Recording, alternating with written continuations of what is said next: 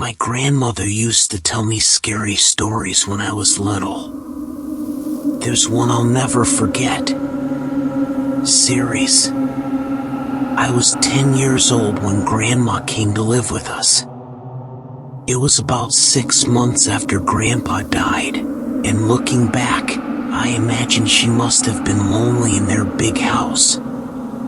She was rocking with only grief and memories for company. So, despite some protests from her mother, my parents took her in. I didn't protest. Absolutely not. Grandma was loud and fun, and I adored her. She had a near-endless supply of hard candy, and she always slipped me some as soon as she saw me. She was always the first to stand up for me when I was in trouble. But it was her stories I loved best. Grandma had all kinds of stories to tell. Stories about her childhood during World War II, and stories about what she did with her friends on the South Coast after her family was evacuated. Sad stories, funny stories, adventure stories. But it was her scary stories that were my favorites. Grandma had plenty of scary stories to tell. She told me she'd become interested in the occult as a teenager, trying out Ouija boards with her friends. Tarot cards, fortune-telling.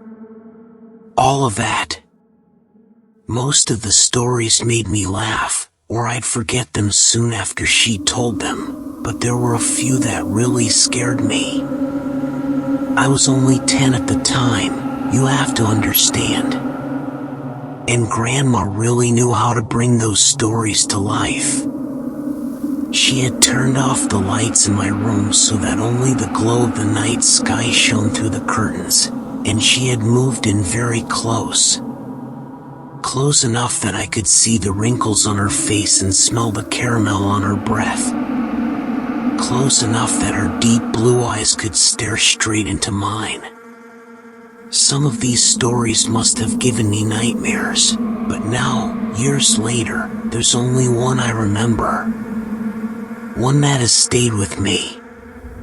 The story of the shower and Mr. Longfingers. Grandma told me about Mr. Longfingers one night after I asked her how she took her baths. Grandma loved her baths. She would spend hours in them. She would light candles and incense, and lie in the tub humming until the water got cold. It drove my mother crazy. But when I asked her why she loved them so much, she told me it was the only place she could relax. The only safe place for her. You know, people like me, who are, well, more sensitive to certain things, you have to take a bath, she said seriously one evening as she moved closer to the bed. I can't spend that much time in the shower. It would be way too risky. Grandma stared at me with her unsmiling blue eyes, and I knew it was time to tell her one of her stories. One of those scary ones. I shivered with pleasure and pulled the covers up to my chin. Why is it risky, Grandma? She half turned to look out the window, watching me out of the corner of her eye. She paused for effect. I waited, feeling my heart race slightly in my chest. Well, she said after a moment. It's only risky if you close your eyes, of course. If you close them for more than 10 seconds. What do you mean? Why? So, do you ever play that game in the playground with your friends? The one where someone turns their back and the others sneak up on them when they're not looking? I nodded, and Grandma nodded back. Exactly. That's how it is in the shower, with your eyes closed. That's how it is with Mr. Longfingers. A cold sensation tickled me. Who is Mr. Longfingers, Grandma? She let out a deep sigh, as if she regretted not saying anything. She turned her head toward me. When she spoke again, she lowered her voice. "No one knows for sure," Grandma murmured. "Some think it's a creature attracted to the heat and the smell we give off down there. Others think it's a demon infiltrating our kingdom through the thick clouds of steam. No one can say for sure, because only those who have seen Mr. Longfingers will ever be able to tell you." I took a breath. Why not? Grandma approached the bed and leaned toward me, leaving my question hanging. "Don't worry, love. Don't worry, love. As long as you remember the rules, everything will be fine." "What rules?" "Well, when you're in the shower."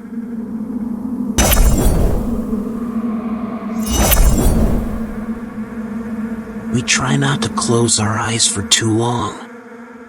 5 seconds is fine, and 10 is perfectly fine too. But longer. Yeah? And then? Well, beyond that, you might start to feel something in the room with you. Something watching you. And if you go beyond 15 seconds, you might also hear a noise. Hear what? The soft tapping of fingers on the glass. The drumming of fingers against the glass shower door. If you ever hear that noise, God forbid, will you make me a promise? What, Grandma? Promise me you'll never open your eyes. Asterisk. I barely slept that night. Hardly at all. I closed my eyes and tried to relax, but every time, I imagined a face pressed against my bedroom window, staring back at me. And when I finally managed to fall asleep, I had nightmares. Terrible nightmares. I had them all week, in fact. Dreams where disembodied eyes watched me in the dark and long fingers reached out to touch my exposed skin. It wasn't any better when I was awake either. Not really. The shower was the worst. That's when Grandma's story really hit me. I'd never thought about it, but suddenly, I had trouble closing my eyes. I was under the pounding water, shampoo running down my face, and as soon as I closed my eyes, I could hear Grandma's words echoing in my head. 5 seconds is fine, and 10 is barely. But any longer. I rubbed my hair quickly, feeling the shampoo run down my chin, and as soon as I'd counted more than 5 seconds, I could feel it.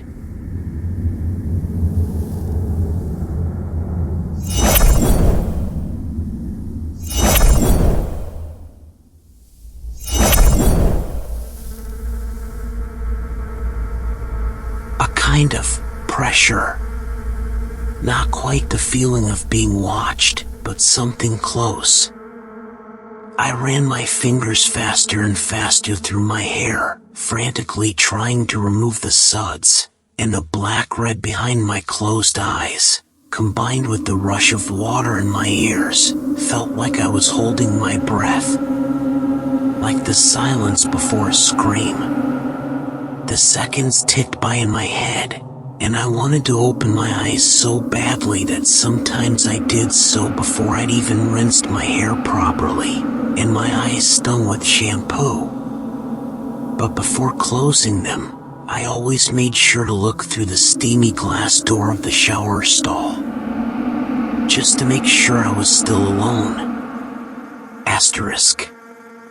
It wasn't long before Mom realized something was up. One night, she heard me crying in my sleep and came to comfort me.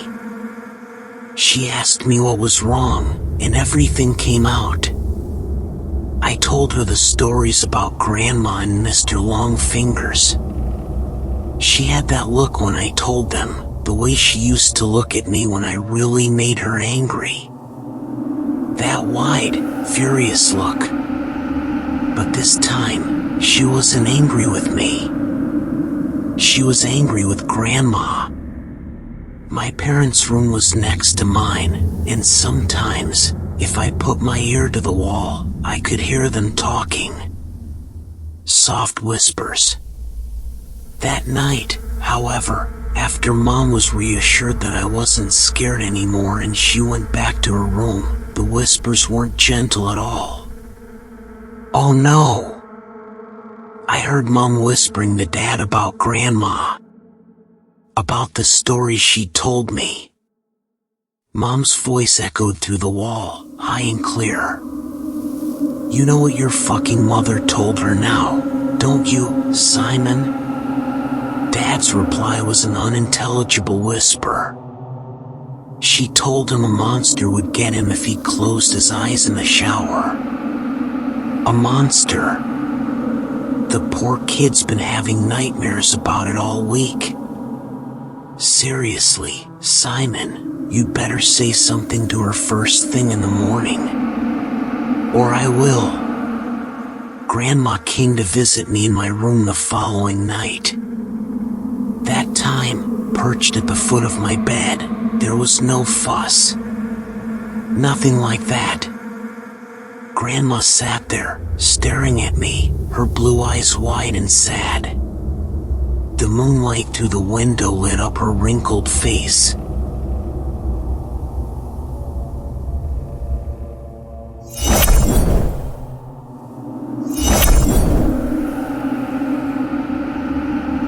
You know I'd never let anything bad happen to you, right?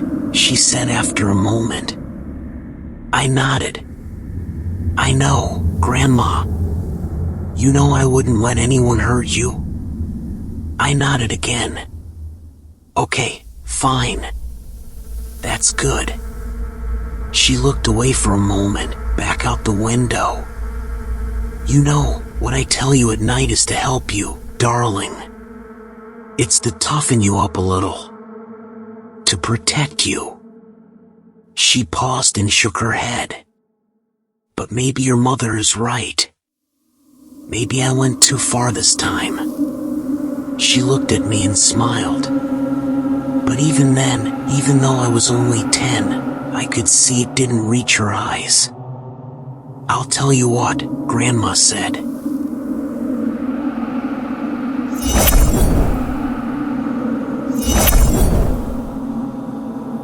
You know what I told you about Mr. Longfingers in the shower? Well, I'll make sure you're safe. I'll scare that bastard. What do you say? He won't be back anytime soon if he has to face me. I looked at Grandma, her face beaming in the moonlight. I saw her smile at me. I nodded once. Asterisk. I found her. I don't know exactly when it happened, but I'd say it was about a week after our conversation in my room. A week after she told me she wouldn't let me hurt anyone. That morning, I woke up early, after a bad dream, to the sound of a violent knock. I sat bolt upright in bed. Silence reigned in my room, and I couldn't hear anything from the wall next to my parents' room either. But the house wasn't entirely silent. Floating down the hallway, muffled by my closed door, I could hear the sound of running water. The sound of the shower. I jumped out of bed and ran down the hallway, my heart already pounding. As soon as I reached the closed bathroom door, I started banging on it. A deep terror rose inside me like cold water from a well, something I couldn't describe, and I kept banging and shouting Grandma, even though she didn't answer.